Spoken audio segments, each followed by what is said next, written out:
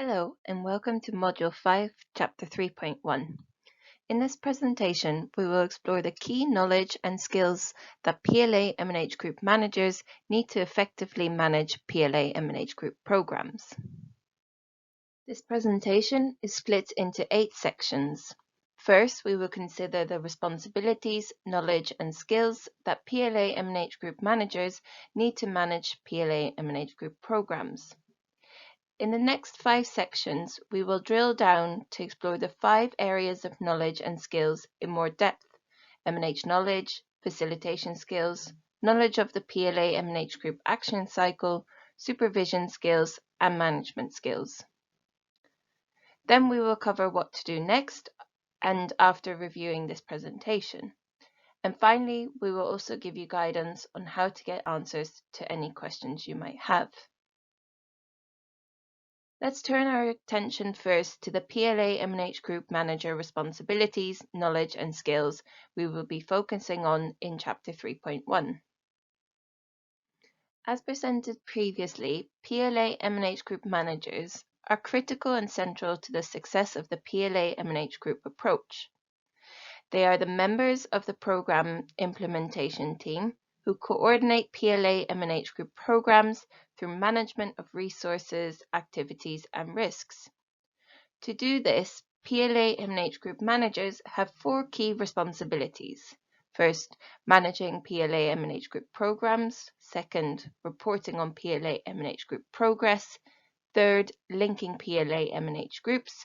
And 4, building capacities of PLA-MNH Group supervisors.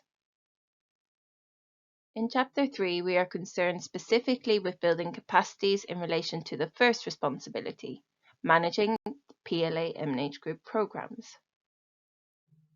There are 5 knowledge and skills areas that are critical for PLA-MNH Group managers to deliver this responsibility effectively: MNH knowledge, facilitation skills, knowledge of the PLA-MNH Group action cycle, supervision knowledge and skills, management knowledge and skills. The first 3 areas have already been covered in detail in Module 3. Please refer to Chapter 4. Let's start with MNH knowledge. Capacity building in relation to MNH knowledge is covered in detail in Module 3, Chapter 4.2, so we will only cover it briefly here. Specifically, to support groups effectively, managers need to be aware of the key MNH problems which kill, harm, and hold back women and newborns. For each problem, they also learn about the causal practices. These are the behaviors of women and newborns, most commonly the behaviors that the people, structures, and society around them forces or constrains them to perform, that can cause the MNH problems to arise. And the effects of these problems. These are the results of the problems, often death, illness, or disability. For each problem, you need to know what behaviors can help them prevent the MNH problems from arising, or manage the problems if they have already arisen, to stop them leading to their effects. Finally, for each problem, they need to be aware of the barriers. These are the factors that constrain the behavior of women and newborns, that stop women and newborns from performing effective prevention and management behaviors. Let's now turn our attention to facilitation skills. Capacity building in relation to facilitation skills are covered in detail in Module 3, Chapter 4.3, so we will only cover it briefly here.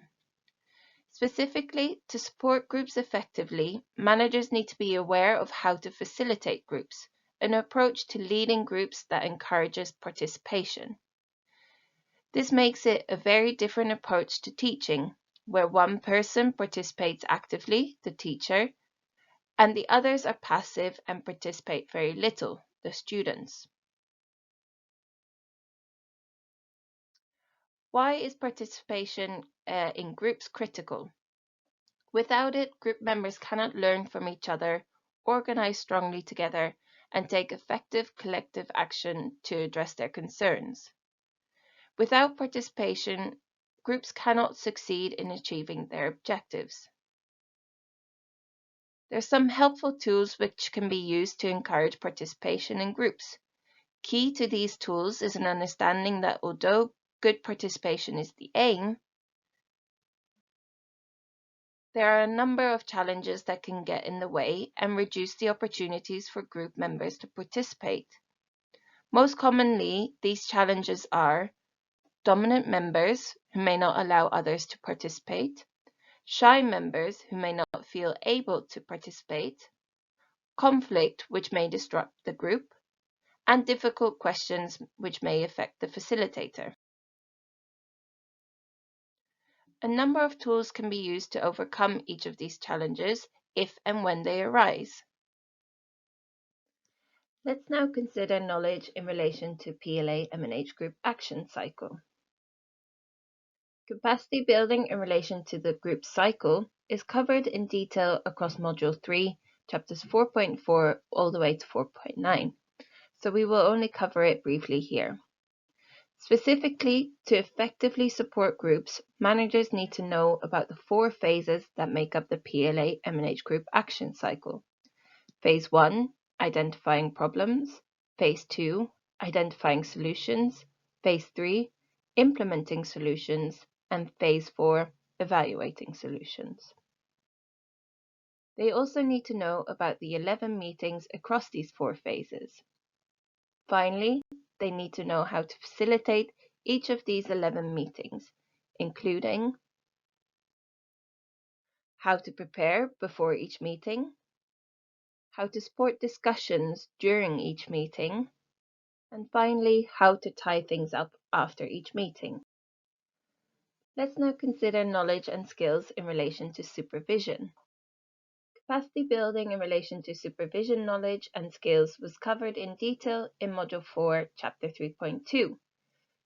Similar to supervisors, managers need to wear 3 hats to do their job effectively. First, they need to be best friends with the PLA-MNH group supervisors, making sure that PLA-MNH group supervisors feel that their needs and difficulties are understood, and this will ensure they trust their managers and ask for help when they need it. We all need encouragement to feel motivated in our work. Second, managers are teachers. Building the skills and mentoring on improved techniques is one of the key purposes of supportive supervision. It is a chance to observe and identify the knowledge gaps from the training and work towards improvements that will make their work easier and more effective. Finally, managers are also police officers. The compliance element of supervision ensures that a person is carrying out the task to the best of her or his ability. This serves to discourage low performance, which is important to make sure the program is successful.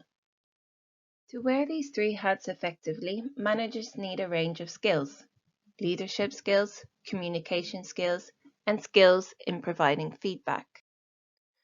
Specifically, they need good leadership skills, including the ability to identify problems early and be a resource to help solve problems the supervisors may be having, be concerned about the supervisors and look out for their welfare, be a role model, and be confident about making decisions, inspire and guide others towards accomplishing goals, know and be able to use supervisors' strengths, grow and develop the supervisors, and mentor and coach the supervisors for good performance and allow supervisors to manage their own time and workloads.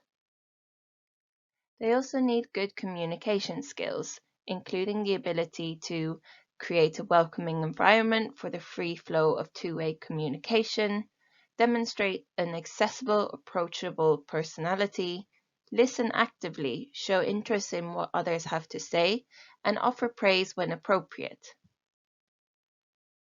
Finally, they need skills in providing feedback. Specifically, they need to provide feedback in a way that motivates the supervisors.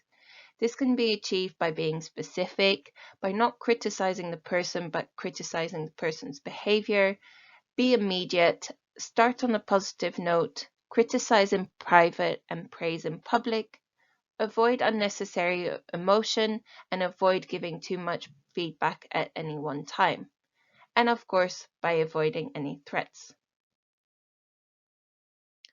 Finally, let's turn our attention to management knowledge and skills. In relation to management skills, we will explore the 3 issue areas with which PLA-MNH group managers are concerned. These are managing PLA-MNH group activities, managing PLA-MNH group resources, and managing PLA-MNH group risks. We will then explore how managers can identify issues in these areas and strengthen the skills they need to resolve these issues. In relation to observing PLA-MNH groups, we will explore what PLA-MNH group managers should observe and how this observation should take place. It also will give guidance on how to provide feedback to the PLA-MNH group supervisors based on this observation. Finally, in relation to coordinating PLA-MNH group peer learning sessions for supervisors, we explore what should be discussed in these meetings, how these discussions should be facilitated, and how the discussions from these learning sessions should be recorded. So what should you do now that you have reviewed this presentation? First, we recommend that you update the Module 5 Progress Tracker. Second, we encourage you to do exercise 3.1.1 to reinforce your learning. If you have any questions, please do not hesitate to contact us by email or phone. One of the team will be more than happy to help. Enjoy the course.